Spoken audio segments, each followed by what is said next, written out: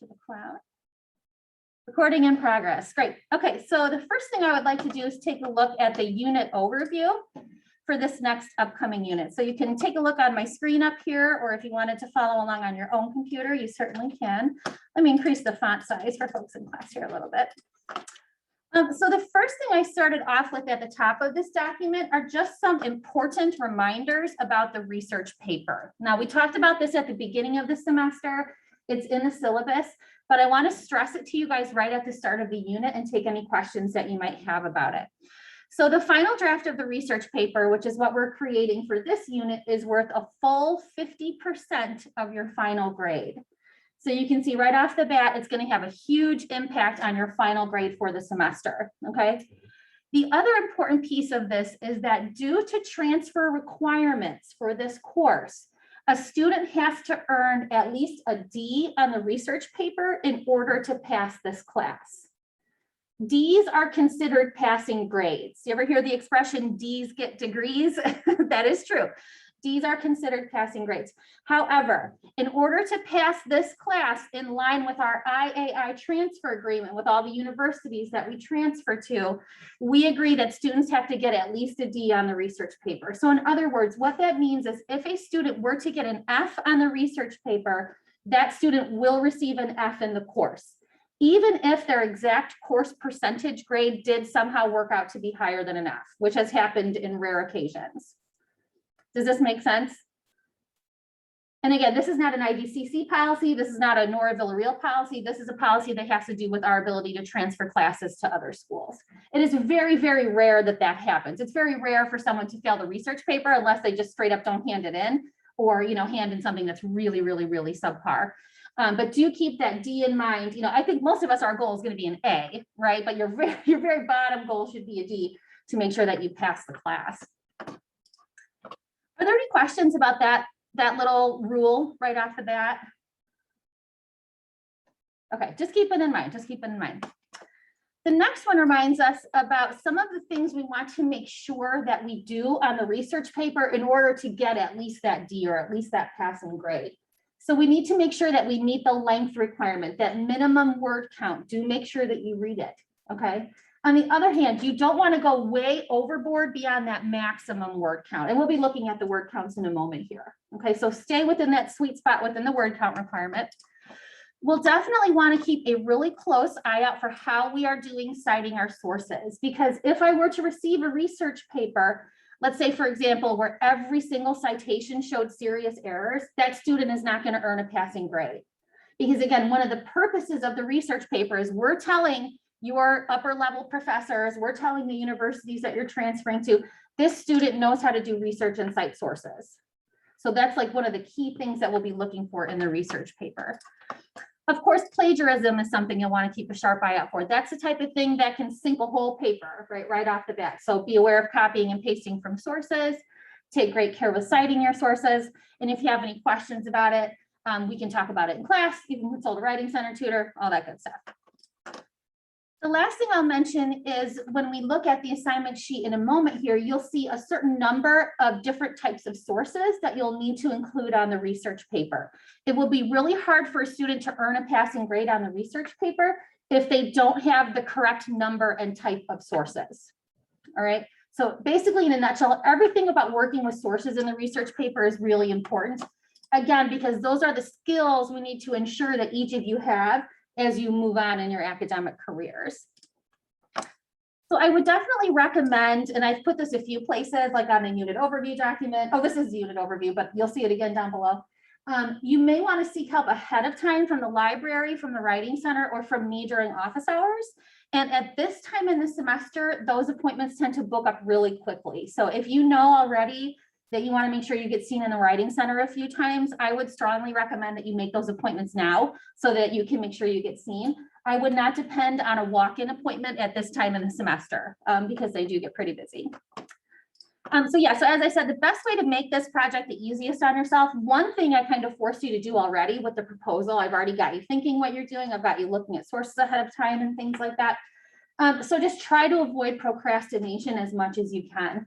Probably most or all of us have been there in that state where it's like the night before something's due or 2 nights before it's due, and you're frazzled and you're like downing Red Bulls, you know, and you're stressed, and it's just not a good feeling. And then of course your printer breaks or your computer blows up or your internet goes out, right? Like something like that always has a tendency to happen. So try to avoid procrastination, especially if you're like me and you know that you are someone who does that naturally. So you might plot out time on your calendar, you know, plug it into your phone, wherever you keep track of that stuff. Any questions about those reminders or guidelines about the research paper?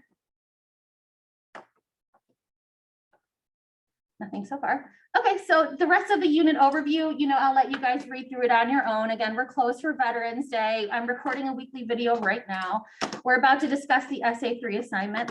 November 14th, we do have an optional assignment due. So we're going to talk about that in a moment here because that's our next upcoming due date. And the week of November 15th, we've just got some videos and some readings going on. On November 23rd, that's the day you're going to be shooting for to have that rough draft ready for the peer review. So if you're jotting things down in your planner, a due date that you might want to keep in mind is November 23rd for the rough draft of the research paper. That's the day before Thanksgiving break, I believe. And then we'll be going to Thanksgiving break. After we come back from Thanksgiving break, we will have the peer review due if it was not completed in class. And then the final draft of the research paper is going to be due on December 3rd. Oh, wait a minute, I thought I updated that to December 7th. Did I forget to change that here? Let me just double check.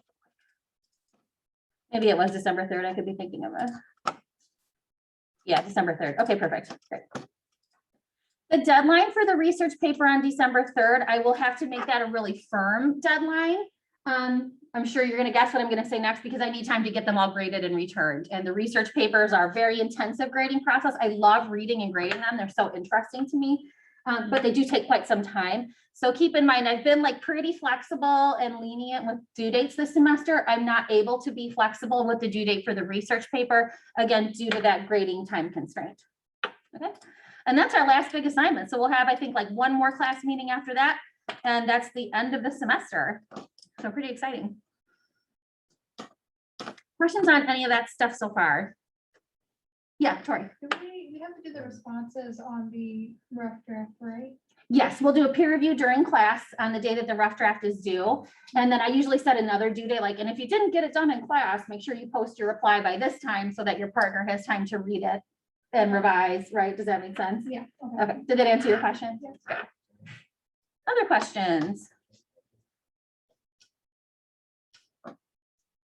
Just checking on Zoom, nothing on Zoom. Okay, great. So as I mentioned, we do have an optional assignment and the research paper assignment. Let's talk through the optional assignment. That's a much shorter one, and then we'll dig into the research paper. So the optional assignment is called research paper planning. Oh, we got something in the chat here. So our final exam is the research paper, Walter asks. So yeah, so Walter, in this class, I do not do exams and we do not have a final exam. So you could consider the research paper to be kind of the quote unquote final exam. We will have a final activity in class on the day of our last class meeting. It will not be for points or a grade. It's just going to be basically for participation and to kind of wrap up. So there's no final exam in this class that lasts. Yeah, oh, good. I'm glad you think that's pretty awesome. Yeah, I don't do exams in my English classes. It's not really the way we learn, in my opinion, in English classes. It's not about like rote memorization of things, again, in my opinion. So that's how this class will work. Yeah. Thank you for asking. I meant to mention that and I forgot. So thanks for asking.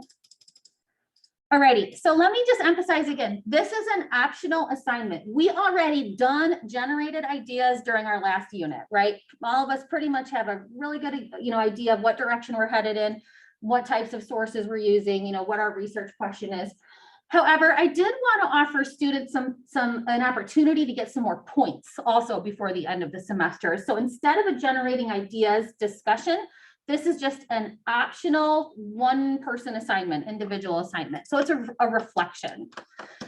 So basically what I'll ask you to do is to write about 250 words in response to these bulleted items below. You can write it as a paragraph, you can write bullet points, whatever works best. Complete sentences are probably best for this assignment, but how you want to format it is up to you. Number one, I'll just ask you to sort of re-articulate to yourself your research question, your tentative thesis, and your position on them. And many of you have already discovered that your viewpoints are evolving, maybe even since you started on the research paper proposal project itself.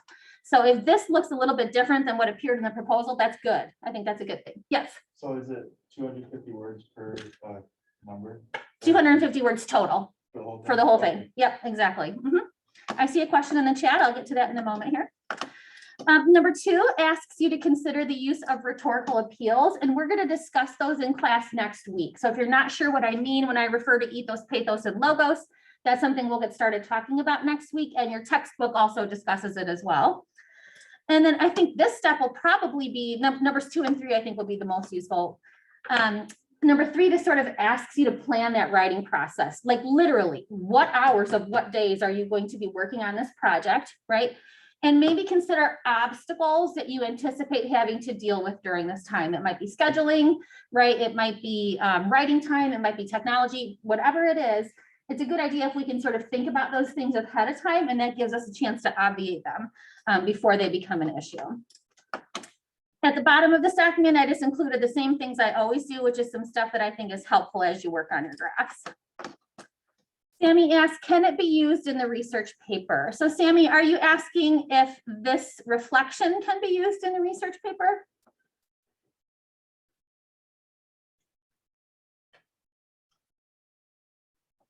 Yes, or parts of it. Sure, absolutely. If there's something useful that you write while you're reflecting and you want to grab that and take it into the research paper, I think that would be perfectly acceptable. You can also keep in mind that because this isn't a discussion, it's just not posted to the discussion board on Blackboard. So you're just going to turn it in as an assignment. Okay, so yes, you can use it as part of the research paper, but it's not a discussion in the same way that the generating ideas have been in the past units. Perfect, great. So we just hit the name, right? The optional assignment submitted that way. Yeah, that would be fine. Like the file name on it, you mean? Yeah, that would be fine. And that's just in the learning module as an assignment space in Blackboard. So again, instead of going to your writing groups for this, sorry, let me show you my student view here. There we go. You'll find an assignment right here. It says optional assignment research paper planning, and you'll just upload the document there just like you do when you hand in an essay. Okay. And again, that is optional. So for any student who chooses not to submit this assignment, it will not count against you. I will just exempt that grade in the grade center, and it just basically doesn't exist for you in the course. So it's not a 0. It's not for you or against you. It just disappears for you. The students who do submit it, it's again, just one last chance to get a little more process work points in the grade center. So any questions about that guy? No, I hope that's like good news for you too. It's like one last little assignment, but still have that opportunity. That's kind of my goal with that. Cool. All right. Well, let's talk about then the big dog here. Let's talk about the research paper assignment. I have it linked from that Google slideshow, or you can just follow it with me right here. So really in a nutshell, folks, you might think about the research paper assignment as an extension of what you did in essay 2. It can look like that. It doesn't necessarily have to look that way, but that's one way to approach it. So I don't typically do this, but I think during class today, I'll just literally read through this whole sheet with you and take questions as we go. So for our last semester in English, we're going to be applying and extending all these skills you've been putting together for the past 2 semesters. So you're going to write a researched essay that synthesizes research on an arguable topic related to a text that you've chosen in order to create a well-informed and rhetorically impactful argument. So in a nutshell, you're going to craft a persuasive researched analysis that is supported by highly credible and scholarly sources of a new text by your chosen author. And here I give you some more detail. So this is going to look like a persuasive literary research essay that takes a stand on a position related to your text and then supports that position using highly credible sources. You will also somewhere in this essay rebut a counter argument, which we will be talking about. So that's really the assignment in a nutshell. So here's some ideas for how to come up with your text. Now, a lot of this you've done already in the research paper proposal portion. This probably looks familiar from that preview that you looked at. So you've selected a text, hopefully, you've considered what is interesting and important about it, and then you've brainstormed some relevant and interesting topics. I'm going to really recommend whenever you select a text to study for an essay like this, you want to read it several times and use those active reading strategies. And then you'll draft a research essay that basically persuasively explores an aspect of it. And then I give you some bullet points here that you might consider as you write. So your research question and your stance on it, the justification for your stance, right? So what do the sources have to say? And then are there any opposing viewpoints that you would need to address? Finally, you'll come to an ultimate conclusion on your topic. So for most of you, this is going to look like an interpretation of your book, right? Or a research paper about some aspect of your book. Now, here comes the important bit about our sources. So in order to provide some more context to your discussion and in order to support your ideas, you're going to conduct research and select additional sources to use in your essay. So whatever you choose for your primary text is your primary source. Okay. In addition to that primary source, you will also discover at least 5 and no more than 7 credible, reliable secondary sources. And I'm going to really encourage you to stay to that 7 source limit. Okay. If a student finds that they need to go, like 1 or 2 sources over that, and they wanted to contact me about that, that would probably be fine. But every once in a while, I get a research paper that has a works cited page with like 20 sources on it. And what that indicates to me is that that writer probably did not conduct a very effective research process, right? Because instead of finding a couple really great in-depth sources that they could use a lot, they were cherry picking 1 quote out of 20 different sources. So part of your challenge will be, again, to hit that 5 and no more than 7 sources. And if you're having any issues with that, keep myself in mind and Jacob's Library as a resource. So as far as the types of sources you're going to be looking for, you're going to have 2 web or internet sources, okay, highly credible ones, 2 scholarly sources, which we've been talking about, probably from the library databases, and then 1 secondary book source, okay? Remember that book source is separate from your primary text. So you might have a primary text book source like The Fault in Our Stars by John Green, and then a secondary book about pediatric cancer. It wouldn't be another book by John Green because that would be another primary text, right? Does that make sense? So again, primary text, 2 web, 2 scholarly, 1 book. The good news is you've discovered some of these sources already. A few of you may have all of your sources ready to go. The rest of this really is just kind of reminders and examples, but let me go through it with you. So I just remind you here, if you discover it through a library database, it's not considered a web source. And then I remind you here about some types of sources to avoid. Wikipedia, dictionaries, general encyclopedias, blogs, random internet people. I'm going to add to this list right here as we're looking at it, explainer sites. Those are sites like, let's say Shmoop or Lit Charts, things like that.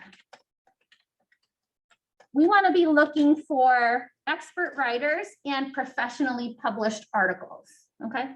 What happens when a student is relying on a site like, I think they pronounce it Shmoop, actually. I always say Shmoop, but it's Shmoop. Or Lit Charts. When I see a student citing that source, what that tells me is that student does not have a good understanding of their own primary text because they had to go to some other site to explain it to them or to give them ideas of what to write about in this source.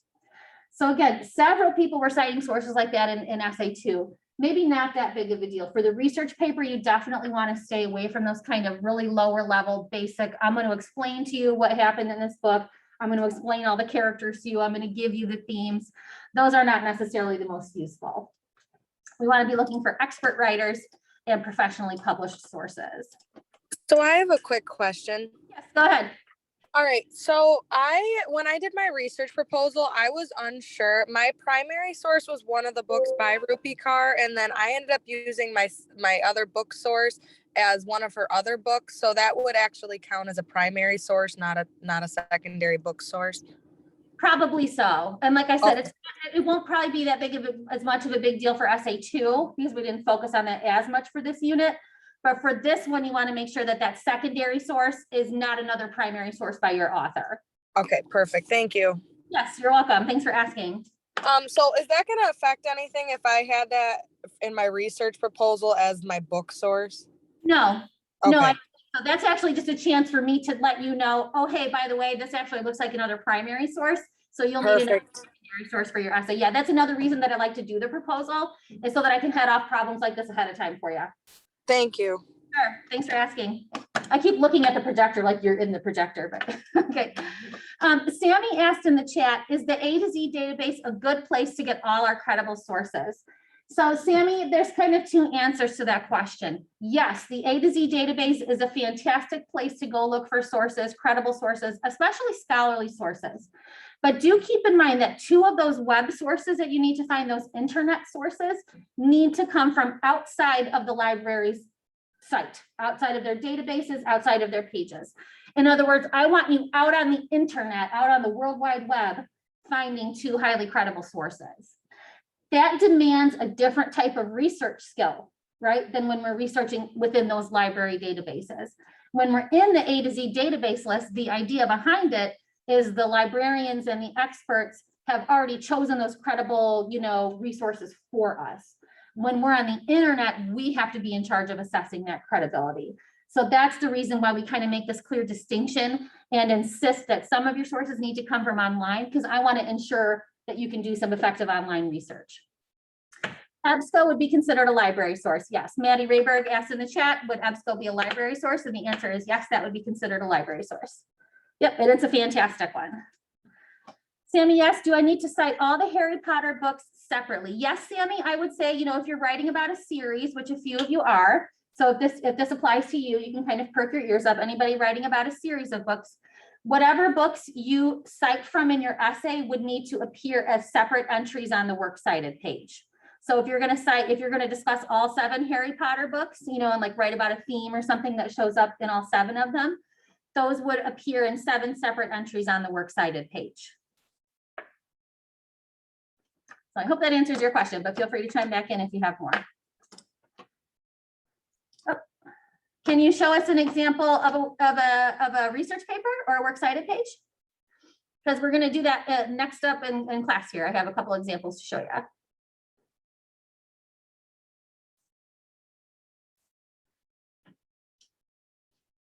Of the separated works cited page. Well, it's not a separate works cited page, Walter. All I meant was that, like Sammy's talking about Harry Potter, there are 7 books in the Harry Potter series. If she cites all of those 7 books in her research paper, those books would all need to appear on the works cited page. They would each have their own entry on the works cited page, in other words. Got it. Okay, great, perfect. Thank you for clarifying. Okay, so here's my example. So oh, hang on, we got one more in the chat. That is very helpful. All of our sources for this paper are going to be annotated as well. Great question, Sammy. So Sammy asked, do we need to annotate the works cited entries for the research paper? And the answer is no. This will just be a regular plain old works cited page. Okay, the only reason I wanted annotations was for the proposal. Again, to help us think about our sources and ensure that they're credible and all that good stuff. But for the final draft of the research paper, you just need a regular works cited page. Fabulous. Great questions. Thank you. The chat's hopping today. I like it. Okay, let me talk about my example here. So previously in this semester, I think I talked about The Shining in essay 1, and in essay 2, I mentioned It by Stephen King. For essay 3, I'm thinking as a writer, I would be focusing on a short story by Stephen King just called N. Has anyone read this? It is straight up terrifying. Like if you like horror and you like Stephen King, this is a lesser known one and it is fabulous. So N, if I was writing about the short story N, I would write an essay about obsessive compulsive disorder and how it is depicted in this short story, right? I would research the reality of obsessive compulsive disorder, and then I would discuss how Stephen King represents it in his text. So my thesis would argue that Stephen King effectively uses symbols like the monolith and the camera to convey the reality of living with an OCD diagnosis. So right there, you have a pretty good preview of everything I'm going to talk about in my essay, okay? Now I keep saying that this needs to be a persuasive essay, right? It needs to be debatable. The good news is about literary research papers and literary analysis papers, they are inherently debatable. Because I could stand up here and say, oh my gosh, Stephen King's short story N was so terrifying. It scared the pants off me and I thought it was really effective. And Trevor might look at me and say, I thought that story was incredibly boring and it put me to sleep, right? So they're inherently debatable. So in my interpretation here, another critic could reasonably disagree that Stephen King's depiction was effective. So the subtopics in my paper, sort of each little paper within a paper, would be an overview of obsessive compulsive disorder and its symptoms, an overview of the story of how we see the narrator sinking into obsessive compulsive disorder throughout the story, again, reflecting the research, right, that I have discovered. And then I would discuss specific symbols and how, in my mind, they seem to relate to these symptoms of OCD.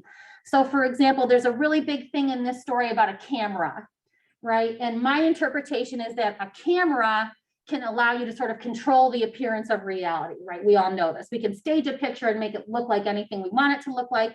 So therefore, we can sort of use a camera to control reality. That would be one of my arguments. So if I had about 2 pages on those topics, plus an introduction and a conclusion paragraph, right there, I'm right where I need to be for my research paper. Okay. Now, if you're stuck on how to make your essay like persuasive, you might consider whether or not a text like this should be taught in a class. You might do what I'm doing and try to convince your reader that a certain aspect of it is effective, right? Or that you should do something that the book puts forth, right? Something several of you I know are working on is discussing how the author's life and times affected the book that they wrote, right? So if you have an author who experienced poverty as a child, and then they write stories about poverty, right? You can make those connections there.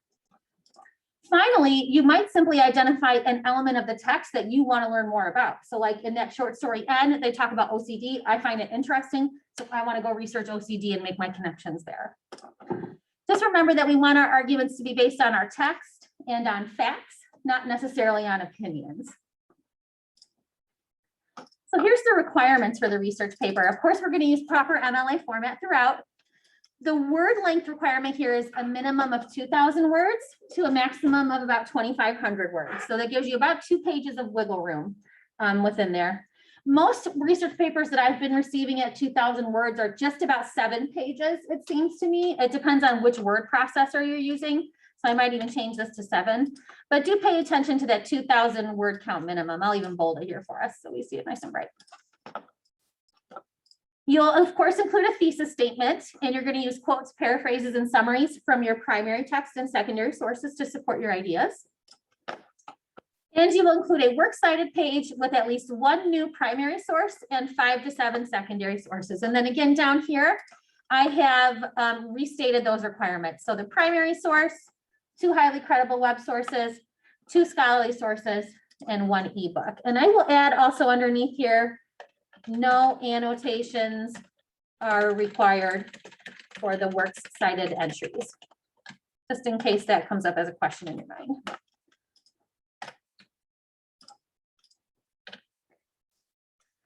So audience, of course, is ourselves and myself as your instructor. Here's one thing I really want to stress, and that's why I put it in bold here. In the research paper, I would like you to use a formal tone. That means we want to especially stay away from the first person and the second person. I, me, my, and you type of statements.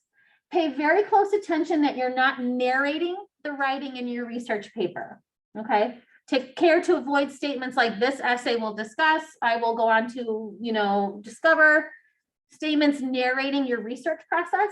We want to stay away from all that and use that kind of third person neutral point of view. I do have a couple sample essays that we're going to look at today, and that might help clarify for you the type of tone that you'll be shooting for in essay 2. Here's just a reminder about creating good paragraphs here. Strong body paragraphs often feature a variety of evidence, including quotations and paraphrases and summaries from sources. And the most sophisticated body paragraphs usually include evidence from both types of sources. So the best body paragraphs typically include evidence from primary and secondary sources in conversation with each other. So you can keep that in mind. It's not required, but again, usually the best paragraphs, use a lot of evidence. Your quotation and citation style might vary depending on the types of sources that you are using. So if you're one of the people who's writing about poetry, especially, or if you're one of the people who's writing about a musician, you're going to want to be very careful about following those guidelines for poetry and which are the same as for music. So do refer to the style book or to other resources for help as needed. And I'd be very happy to go over anything with you might have a question on. Okay, finally, your entire essay might center on your primary text, or it might just be sort of inspired by it, right? Maybe the research question is inspired by it. But somewhere in there, we need a close reading of your essay. So an analysis, of a portion of the primary text that makes it clear how that research question emerged from it. But for most of you, that won't be a problem. Okay, again, this is just all that reminder stuff I spoke to you about before. So it's worth 50% of your final grade. Reminder about the transfer requirement. The rest of this on the back page here is just a bunch of helpful links. So again, I encourage you to look at these things ahead of time, instead of at the last minute, always keeping in mind the hours that you can get help. You know what I mean? Like, if you're planning to work a lot on the weekends and late at night, just keep in mind that the help desk might not be available. I might not be available for help, all those things like that. I did also want to talk a little bit about self-plagiarism here. I see a question in the chat. I'll get to that in a moment here. Some of you might be wondering, well, can I use pieces or parts of essay 2 and essay 3? And my answer is yes, you can absolutely do that, okay? You may revise and include portions of essay 2 in this assignment if they're still a good fit for your research question. Many of you probably have chunks that you can take from essay 2, or maybe even sources that you use for essay 2 that would be useful for the research paper. What I would encourage you to avoid doing is copying and pasting large chunks of text. Right? What I would like to see is revision happening between the original version that you handed in essay 2 and the revised version that we receive in essay 3. So for example, if there's a quote that you used in essay 2 and you want to bring it into essay 3, you can do that. But maybe in the revised version, you expand on the analysis, right? You talk about it more, and you also correct maybe a punctuation error that you had in the first one. Keep in mind that when you submitted essay 2, it went into our institutional database. So it'll be really easy for me to compare and contrast your essays 2 and 3 together to see how effective that revision was. I also mentioned here, you need to include for the research paper at least 3 new secondary sources. So you can reuse some old sources from essay 1 or 2 if they're still useful for you. Just make sure that you've got at least 3 new sources on that works cited page for the final draft of the research paper. One of the last things I have down here is just a source tracking chart. So again, just trying to make it super clear to you whether or not you have obtained all the different types of sources that you need to have for the research paper. So if this is helpful for you, fill it out as you find your sources, and that might help you keep track of your research. The last of it is just some helpful hints here. So again, if you find it through a database, it's not a web source. I remind you that ebooks are acceptable book sources. I also give you a tip here that the Gale Virtual Reference Library, you might remember we looked at, are scholarly ebooks. So those can count as scholarly sources or as ebooks. They can do double duty. Okay. Do keep in mind that, as I said, some sources do fit more than one category. So a database source might be published as an ebook. Just remember, we need at least 5 discrete secondary sources in addition to that primary source. So 5 separate secondary sources in addition to the primary source. Here, I just remind you about how important it is to use good, highly credible sources in your essay. So carefully evaluate each of those sources for credibility and relevance. And as I reminded you at the beginning of class, the whole point of this is to demonstrate to me that you know how to conduct effective academic research. That's the important skill here. Yeah, the last part just reminds you about scholarly and peer reviewed and gives you a link to the library for some research help. So I'm sure I have plenty of questions. Let me start with what we have in the chat here. Let's see, Walter said, so if I have J.K. Rowling as an author, can I use more than one Harry Potter book for my paper? Yes, you can, Walter. They would just all be considered primary sources.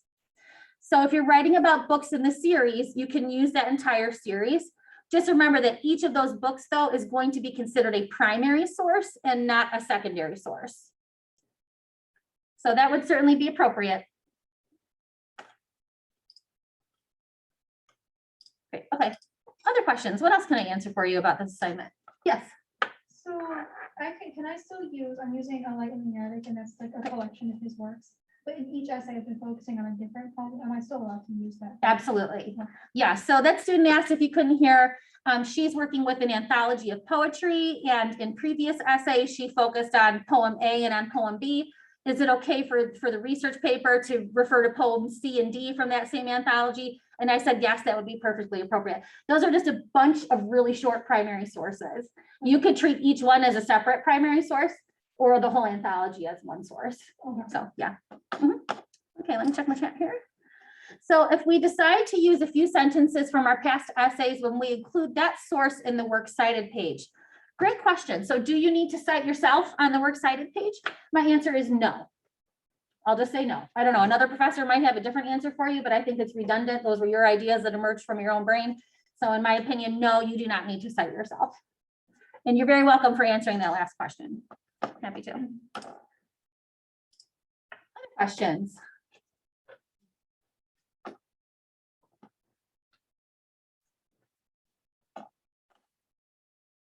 Just giving a nice long pause for people on Zoom. It's a lot to take in, I know. 10 in the morning. No other questions right now, it looks like. Okay, well, of course, as those questions come up, do let me know. I'm going to go ahead and stop recording right now as we move into the next part of our activity.